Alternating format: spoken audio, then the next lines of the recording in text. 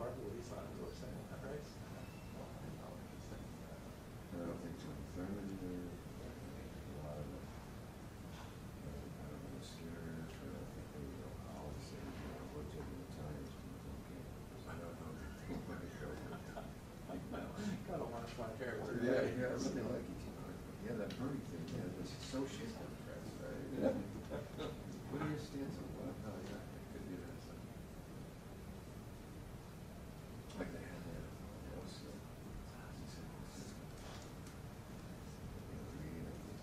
She wouldn't take any questions from the class. Really?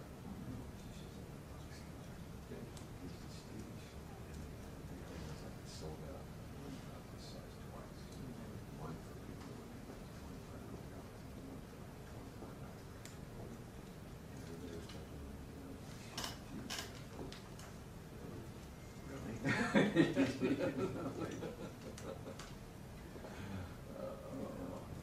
Who was she raising money for? I think it was just herself, but it don't come associated with something like that. Anybody, yeah. The resistance, the revolution. It's like society's melting down. It's just melting. No, I don't know if it's melting down. I mean, I was looking at, it's like when Dallas passed, I looked at these clips in the 70s. You know,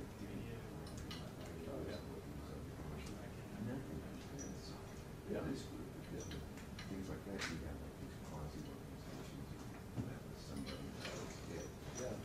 Now it's like, it's never. The minute you get somebody that's a new goalpost, shit changes. And I think it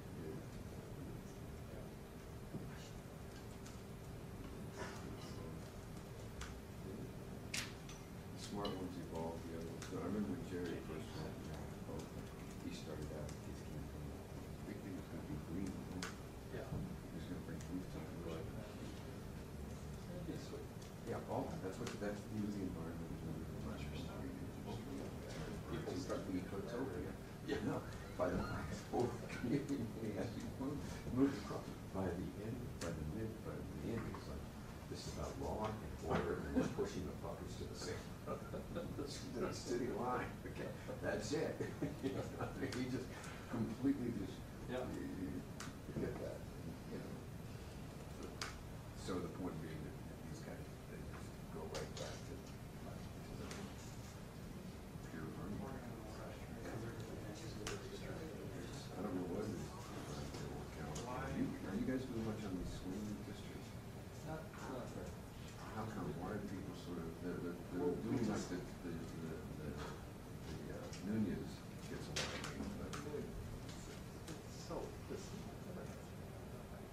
right, but it looks good. They got billboards just in that. You know, it's got all the touch points. Right?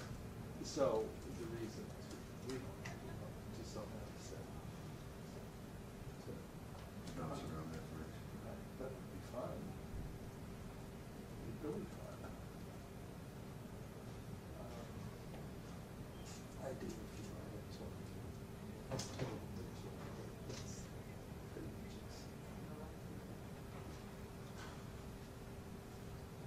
Well, this guy is great.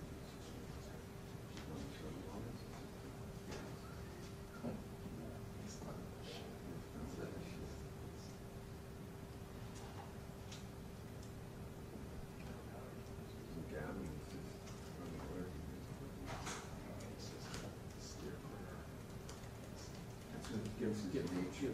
No oxygen. That's against his nature. You must be in I'm not tall aces again. I'm not in a straight jacket. Somebody has to ask him what he's somebody's, have you asked him about foil? You know, going out and jogging. Yeah, and John. Running around with things. Yeah. Hey, it's all part of the, so we raise them nuts, but we raise them good.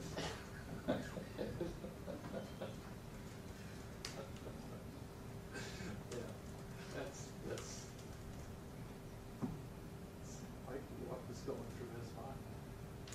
When? Yeah, with her. I mean, she seems like a firefly. But. Yeah. Yeah. That was years ago, you kind of evolved, but, you know, I mean, he's had his moments too, buddy. Yes.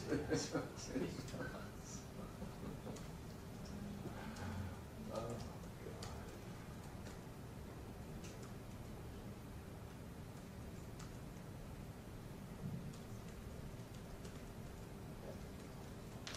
This gets pretty good.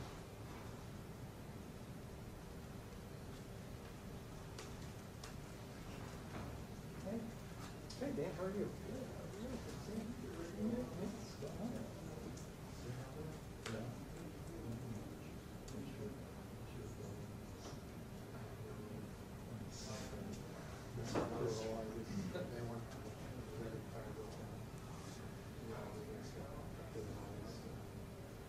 Urgency and all this all stuff. People in the city, yes. I'm a lot going on in my world, so it's easy. Yeah, it's interesting to be on that kind of crazy visit.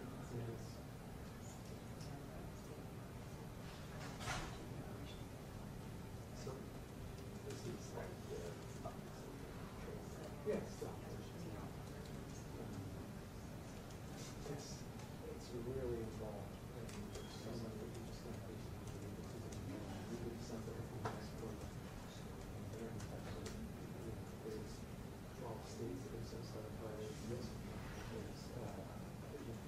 even more on the information side, really, people from all these agencies, state, federal. Yeah, it's just amazing to see what's going on.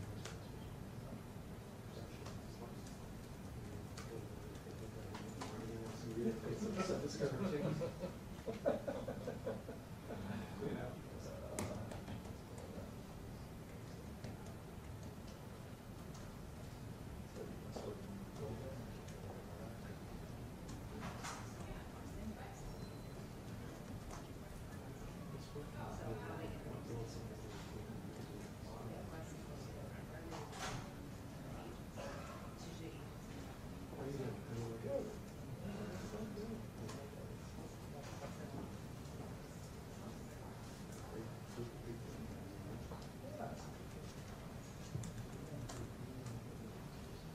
So is it done?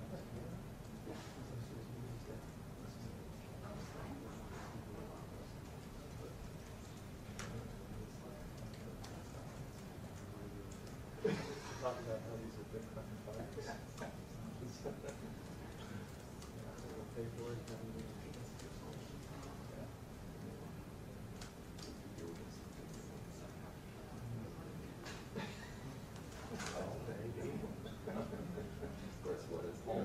These guys say, I don't know.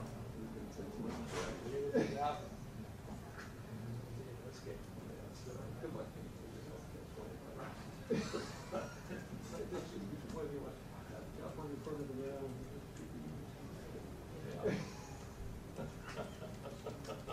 That's a good question. See your ass.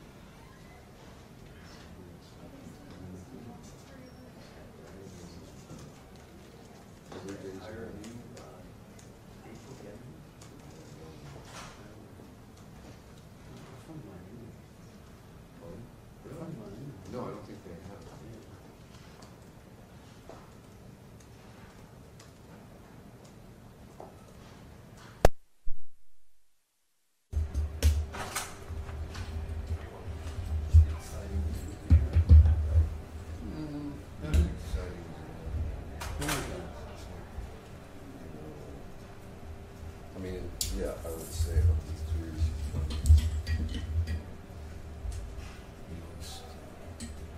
No. She seemed like most like an executive, right? Like, think about blessing legislator more. Yeah. Yeah, the other things. We had ideas that that's just my sorry. Yeah, no, they were.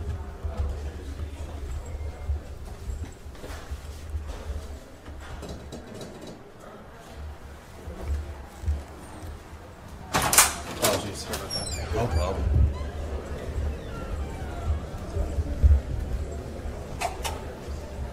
He's coming down the stairs.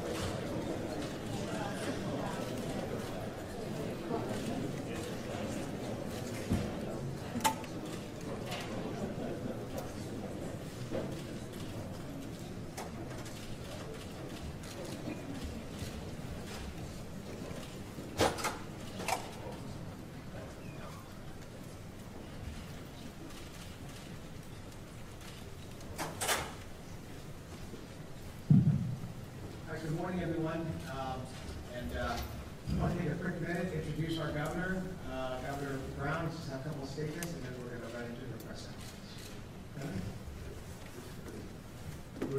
Thank you. Thank you very much for all you do. You obviously appreciate it.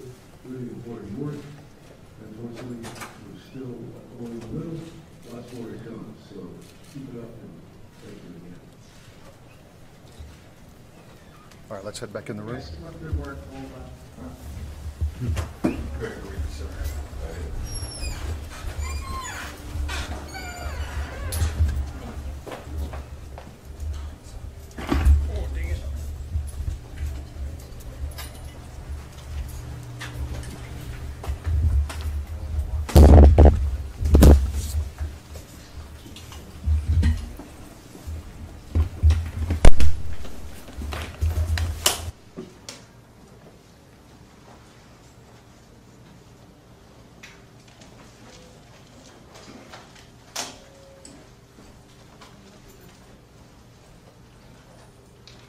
I make one last request for cell phones on silent, please.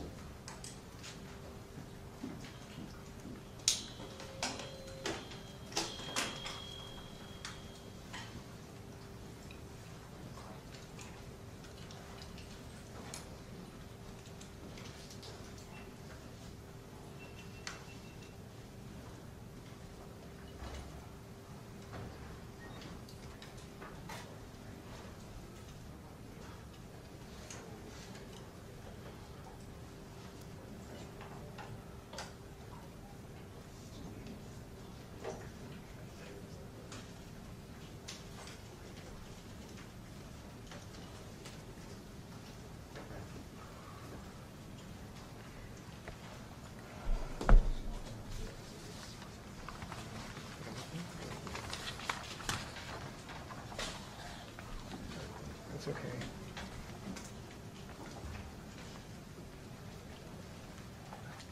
I think you're actually right there. I'm standing next to the wrong thing. Okay. All right. All right, well, good morning, everyone. Welcome to the State Operations Center, and we're going to give you a quick update on the wildfire response and the latest efforts across the state that's involved in assisting all those that have been impacted by these wildfires. I'm Mark Gillarducci, Director of the Governor's Office of Emergency Services here in California, and we're going to hear from a number of other public safety leaders to give you an update specifically on what has been going on and what the plan is moving forward. After today's press conference, we will take your questions.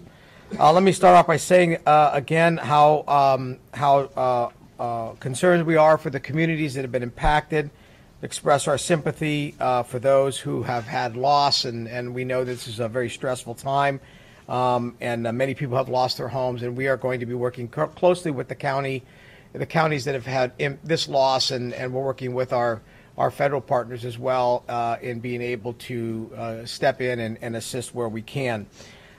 We know it's been a stressful situation, and we'll continue to think about all of you in every decision that we make. Here at the State Operations Center, we are running a 24/7 operation. This is multi-agencies. Everybody who has a responsibility in responding to these fires is represented here at every level of government, and this center will remain fully activated until we are mitigating the situation completely. So we're continuing to be all hands on deck.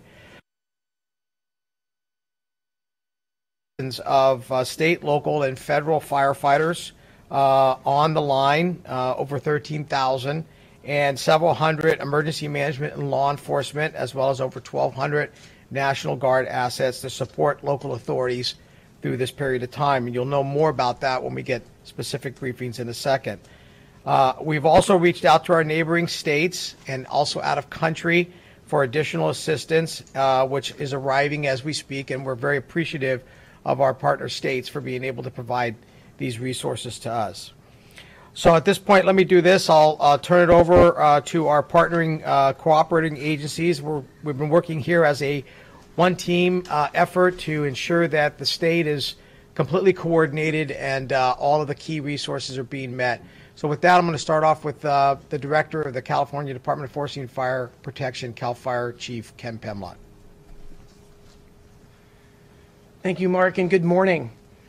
So since this fire siege began weeks ago in July, we've been tracking 16 major fires in the state. Since this began, over 320,000 acres have burned in this siege. Currently, we have over 32,000 residents that remain evacuated on various fires within the state. As Director Gellarducci indicated, we have 13,000 firefighters on the fire lines just in California.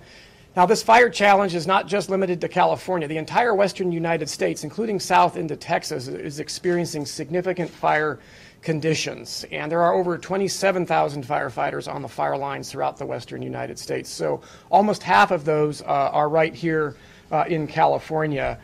We are, as was indicated, engaging in support from 17 other states from a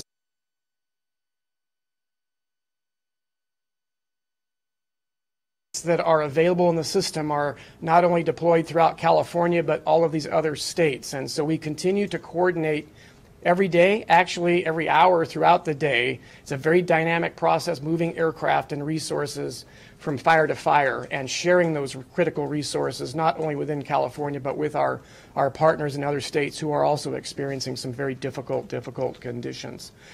We will continue to look what our needs are. Our goal here in particular is to ensure we're planning for the days ahead, not what's happening today, but what's going to be happening in the days to come, to ensure we have resources on the road so that we can meet the threat that's coming down the road. We're only at the beginning of August. We've been seeing extreme fire conditions early in the year. These kinds of conditions, you know, in past decades, we may have seen a fire like we're seeing now in August or September. We are routinely now seeing fires reach 100,000 acres several times in 1 month, and it's in July. So we have a long way to go in this fire season, and as we saw last year, fire season can go right up through December and into the early parts of the winter. So we're prepared in this for the long haul. CAL FIRE is bringing on additional seasonal firefighters. We're in the process of bringing them back as we speak. They will not only provide additional capacity on our fire engines, but will provide some opportunity to provide relief so that we can sustain this rhythm throughout the remainder of the fire season. We also look for initial attack. Our goal is to keep fires small, and in coordination with not only CAL FIRE, but all of our local government fire departments throughout California, our federal partners, the Forest Service, National Park Service, all the firefighting agencies, we are in a seamless movement and coordination of resources to ensure that folks get to where they need to get and keep these fires small. So with that, I'd like to turn it over to the California Highway Patrol Commissioner Warren Stanley. Thank you, Chief, and good morning. As far as the CHP's role in these fires, we are in 3 phases. We are assisting with traffic control, evacuations, and also patrol of areas that have been evacuated in order to keep looters out. Earlier in the fire, we had almost 200 personnel assigned statewide to the various fires, and particularly at the car fire. Earlier this week, we had 138 personnel assigned to that fire. We've been able to draw that number down because some of the actions that have been taken in the fire, and so we've drawn them down. Now we have 58 personnel assigned to that fire. Specifically to the car fire, I just want to mention, and we've made sure this information out there, Interstate 5 through the Reading area is open. Although if you have to travel there, we ask that you travel through there, be even more cautious because we have law enforcement personnel and more importantly, our fire department personnel moving in and out of there with equipment to help mitigate this fire. And to the members of the public who have been impacted by this fire, we very much appreciate your support. We know it's been very difficult for you. There have been a number of people who have lost homes or had to be evacuated, and we're very mindful of that. And as the director and Chief Pimlott said, we are doing everything that we can to mitigate these fires in order to get the people back into their communities. And with that, I'll turn it over to my counterpart from the National Guard, Major Baldwin. Thanks, Commissioner. I'm Major General Dave Baldwin with the California National Guard. As Director Ghilarducci mentioned, we have over 1,200 personnel from the California National Guard, assisted by soldiers and airmen from both the Nevada National Guard and the New Mexico National Guard, providing a broad range of military support to civil authorities.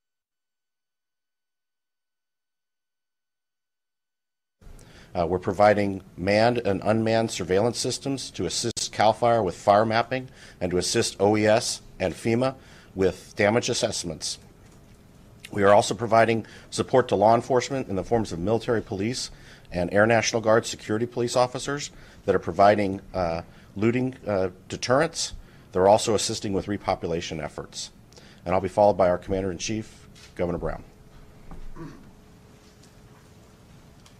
You've heard there's a tremendous effort fighting these fires, and I want to personally thank all the firefighters who are on the line, the members of CAL FIRE, also the National Guard, and the thousands of inmates who are also on the line fighting to protect lives and bring these fires to a quick close to the extent that's at all possible. It is very serious. We've seen the lives that have been lost, and I express my sympathy for that, but assure people that whatever resources are needed, we're putting them there. We did allocate money in the budget for these kind of contingencies, and that money is there to do exactly what it's doing. So yes, this is serious. Fires are now a more part of our ordinary experience. The predictions that things would get drier and hotter are occurring, and that will continue. We're in quite a cycle. But the predictions that I see, that the more serious predictions of warming and fires to occur later in the century, 2040 or 2050, they're now occurring in real time. And you can expect, unfortunately, that to keep intensifying in California and throughout the Southwest. We're part of that process of the Mediterranean climate that is being impacted by the changing weather. So we'll be glad to take whatever questions on this and anything else. Governor Brown? Yeah. The fire season's longer than ever. It's hotter out there. What do you see in the next couple of months? Is this the first of a big fire? Are we going to see more big fires? Well, I don't have a crystal ball. Obviously, there are going to be more fires. It's drier. And you get the soil is drying, the vegetation is drying. That makes for perfect kindling. And then these wind events, wind storms, even tornado type behavior are occurring. Some of this is unprecedented, and we're learning as we go. But we're in a new normal. We're in a drought that will continue. Now, whether you technically call it a drought, that's a matter for the weather people. But I would suspect there'll be more fires to come, and more fires each year for a very long time. because it's going to be a while before we shift the weather back to where it historically was. Given that, is there anything practical that the state can do to try to mitigate what the conditions are? Well, we have a forest management task force to do planned burnings to thin out the forest. There's also, there are a number of things, both in warning and having enough trained personnel, being ready. So there's lots of practice. People are doing everything they can, but nature is very powerful, and we're not on the side of nature. We're fighting nature with the amount of material we're putting in the environment. And that material traps heat, and the heat fosters fires, and the fires keep burning. So that's where we are, and we will have to mitigate. And the Forest Task Force is moving in that direction, but I think in the years to come, you're going to see a lot more expenditure on prevention and adaptation and helping people avoid these kind of fires or escape from them. On that topic, you mentioned the budget. Can you talk about, do you think there's going to be much of an impact on this year's budget given the growing and unexpected costs? And in the future, how much do you think that's going to have to be taken into Well, there's money in this year's budget. We're enjoying the 9th year of recovery. So this is the period when money accumulates to its highest degree. Probably within a year or maybe slightly longer, that money will begin to diminish and not materialize because of the business cycle that will have the downturn. So we've got the money now. But I would say things will get much tighter in the next 5 years as the business cycle turns negative and as the fires continue. Now, maybe the fires will pause for a year or two, but over a decade or so, we're going to have more fire, more destructive fire, more billions that will have to be spent on it, more adaptation, more prevention. So all that is the new normal that we have to face. So far, this fire activity is a small part of our very large budget, but it is a growing part, and it will continue to grow as we adapt to the changing weather. In recent years, we've seen these fires not just tackle the wildfire area, but actual towns and whole communities. Right. And a lot of those folks are left trying to go back to moonscape. What's being done to allocate money to those people so they can get back on their feet? Well, there's the federal emergency relief. There are various low-interest loans, and there are various programs that are made available. This is going to become an increasing problem. California historically was not designed for 40 million people. It was designed for a few 100,000. And I know that because that was the number for eons, at least 12,000 years, maybe longer. No one ever thought to try to have 40 million people. That was just yesterday that we got that idea. And even 20 million is rather recent.